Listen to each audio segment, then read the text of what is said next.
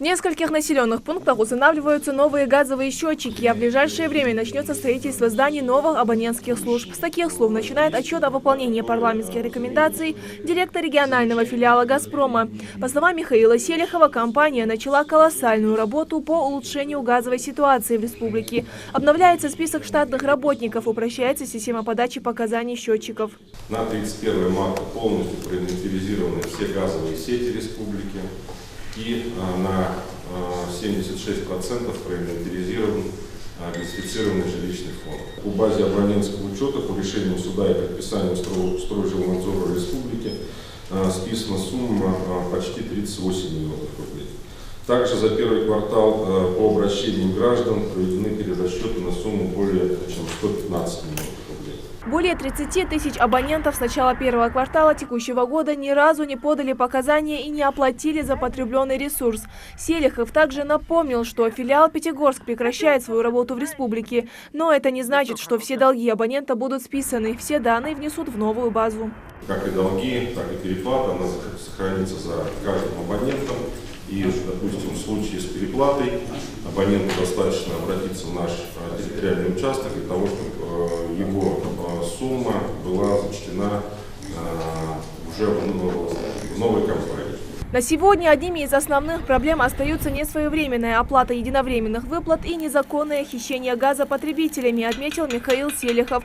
И газовой службе ничего не остается, кроме как перекрывать подачу газа незаконникам. Мы очень много раз и слышали, и были свидетелями того, что из-за таких вот самовольных подключений абоненты решают, что они знают и умеют все.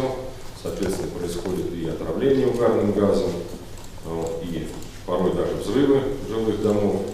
Поэтому сейчас нами принято решение в связи с окончанием отопительного сезона мы будем радикальным способом, я уже подчеркиваю, действительно радикальным способом бороться с этими несанкционированными подключениями. После содержательного доклада у депутатов к руководителю филиала, тем не менее, нашлось немало вопросов и предложений. Марьям Амриева подняла вопрос морально-эстетического поведения контролеров и работников абонентских служб. Так коснулись и темы тарифов. Меня волнует вот этот абонентный отдел, который находится в городе Назрань. Там неудобные маленькие комнатушки. Вот, с моей точки зрения, вам необходимо было бы посмотреть, арендовать более просторное помещение, чтобы люди могли бы сесть, спокойно провести свои расчеты. Законодательной инициативой на заседании выступил и председатель регионального корпуса депутатов. Зелимхан Евлоев предлагает обратиться к депутатам Госдумы с предложением внести изменения в Уголовный кодекс.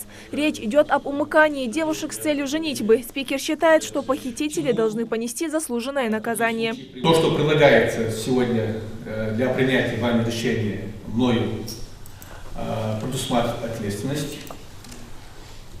Если даже человек добровольно был освобожден, в данном случае девушка, то ответственность наступает уже по самому факту. Законопроект вызвал у общественности волну вопросов и комментариев. Инициативу поддерживают далеко не все. А Зелимхан Евлоев отметил, что подобные меры должны остудить пыл молодых людей и научить решать дела сердечные благоразумным путем. Похищение человека, судебная статья, там очень жесткая статья. Мы предлагаем до 3 лет это исправительной работы или же лишение свободы тоже связано до 3 лет. На повестке дня более 60 вопросов. Министр экономического развития республики Умалат Ташхоев выступил с проектом закона о внесении изменений в региональное законодательство об оценке муниципальных нормативных и правовых актов и их экспертизы. Процесс реализации законопроекта, по словам министра, не потребует дополнительных расходов из республиканского бюджета. Настоящий проект закона Республики Ингушетия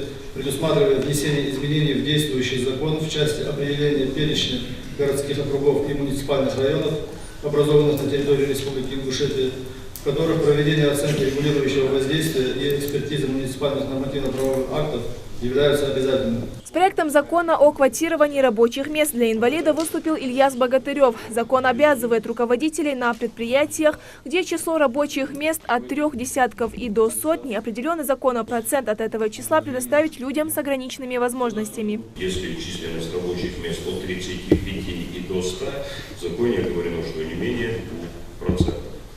процентов понятно, ну а то, что... Ну, это за счет, нет, ну, тут это за счет уже работодателя. То есть закон обязует. Заседание длилось около 4 часов. Парламентарии за это время успели рассмотреть и законодательные инициативы, поступившие от других регионов. Так, например, в правительстве страны предлагают Госдуме усилить защиту прав потребителей, в частности, тех, кто покупает товары в интернете. Индира Манкива, Магомед Урсханов, Новости 24.